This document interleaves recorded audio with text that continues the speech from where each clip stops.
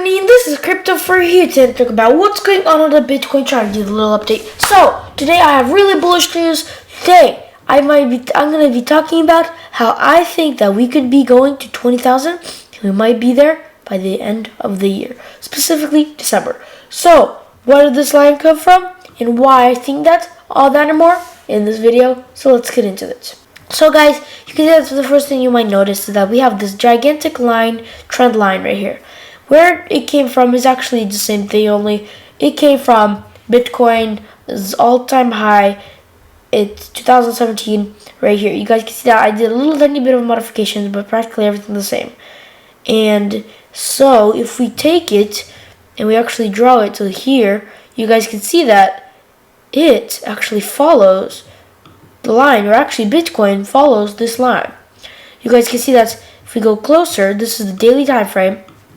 But if we go closer, we can see that it actually went up a little and then fell back again, following this line. Then it went up and then it fell back down here again. It's a little lagging behind, so I think we might be a little bit lagging behind of everything too. But you guys can see that it went up and then it fell back down, and Bitcoin price did the same thing. Then it started going up. Bitcoin did the same thing. Now, by the looks of it, we topped out, and by the looks of it, topped out too, and we fell. So where do we have to go till we actually fall to the bottom? We actually have, till we fall to the bottom, 5% to go. And this level is the $12,500, which is actually a perfect level. Because if this is like a 5-wave move that I show in practically all my videos, we can get a golden ratio, golden pocket. We can see that we're gonna touch the top of the golden pocket if we go to 12,500. The golden ratio itself is at 12,300. Pretty close. I say we could actually possibly go there. After that, of course, we could be going really high. So this trend line, we of course can be lagging a little bit. But if we come, $20,000 is all the way up here, and this is like 30th of November. So we could be there by December. And so since we're a little lagging behind, I would say like December. That actually sounds really good. So think about it. If we could go there by December, we could go all the way to $20,000. That would be super bullish. But this is not the only thing. That's actually what is the only thing that's bullish.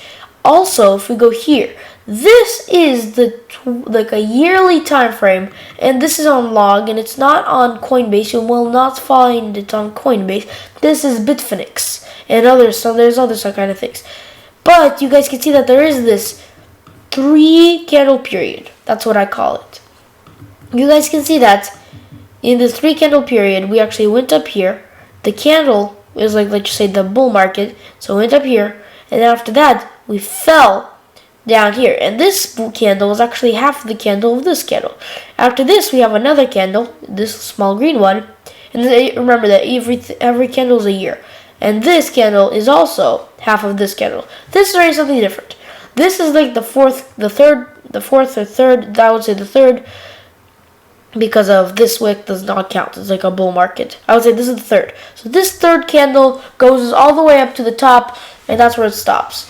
Then, after that, so this is just say the end of the year, and it went, that's like, it tested its wick. And so, you guys can see that after that, we broke it the next year, and then we went really high.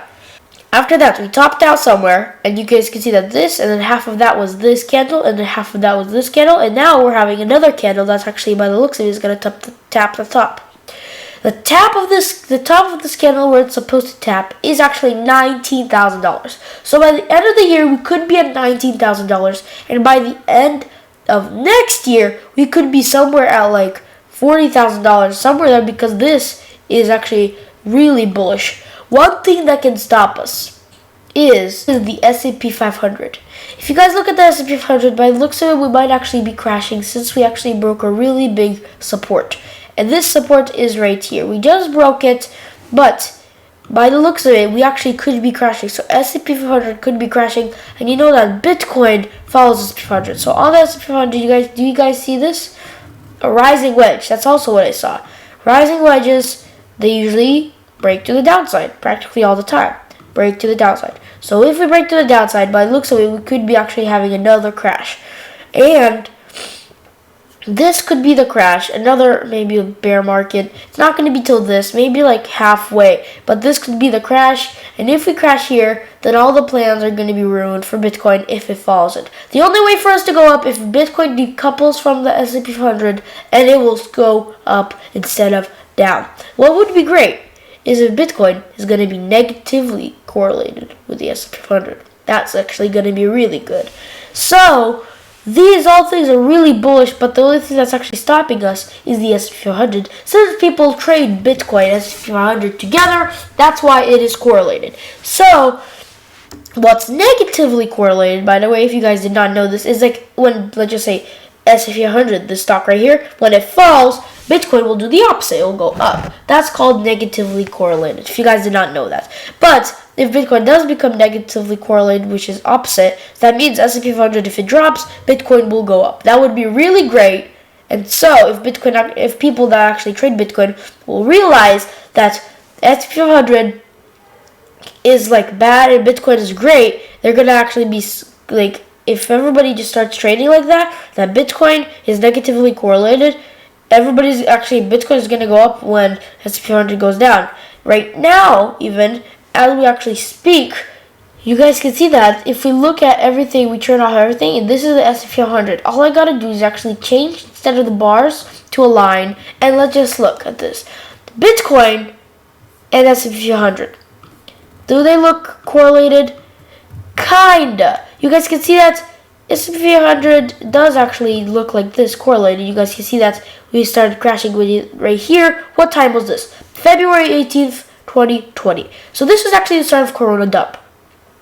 And this, by the looks of it, is actually what started. You can see that we have some minor pullbacks here, but nothing that big that Bitcoin followed. By the way, S&P 500 is orange and Bitcoin is blue. So actually, after that, we fell here. After that, we actually rose back up. We went sideways. Then we actually went up here. And then we went back down. And we went up. What's different this time, actually, guys, is that if we look at S&P 500, S&P 500 has actually started to crash, and Bitcoin's going up. So this might be the potential start of S&P 500 being negatively correlated with Bitcoin. Comment down below if you guys think that is what it is. But guys, if you look at this, all we need is time, because time will tell if S&P 500 will keep falling and Bitcoin will keep going up. That would mean that S&P 500 is now negatively correlated with Bitcoin, and that would be really great. That's what I really want. And so all these are bullish news, guys. I think that if we go back to where we were, and you guys can see that if we look at the VPVN also, you guys can see that we're actually breaking through this level, which is 12,100. After that, there's not that much resistance. There's practically there's practically nothing. Nothing's not that much holding us from going there. After we break $40,000, we're going to 20K probably. Like, we can go as fast as we can. Last time we went to 20K, that happened after we broke $40,000. In a day, we were at $20,000. In a day, guys. Even less in a day, because there's lots of wicks. If we actually go, and this is the 4-hourly time frame, you guys can see that we went past $14,000, which is right here. And you guys can see, let's count how much wicks this is. So we have, after we went $40,000, we have 1, 2, 3, 4, and 5. 5 wicks. 4 times 5 is 20. Not even a day, 20 hours. Wow, guys. 20 hours, we went from $14,000 to $20,000. Imagine the same thing could happen with us all the way here. Imagine the same thing could happen. We could break $14,000, which, by the way, is this big box right here. After that, in a day, we could be at $20,000. Think about that, guys. Then we'd be ahead of this, of course, market. We could have like a reversal. That would actually make sense. But if we go there in a day, I would not take profit. I would wait till we go higher. But this is all bullish, guys. This is all bullish news in the long term.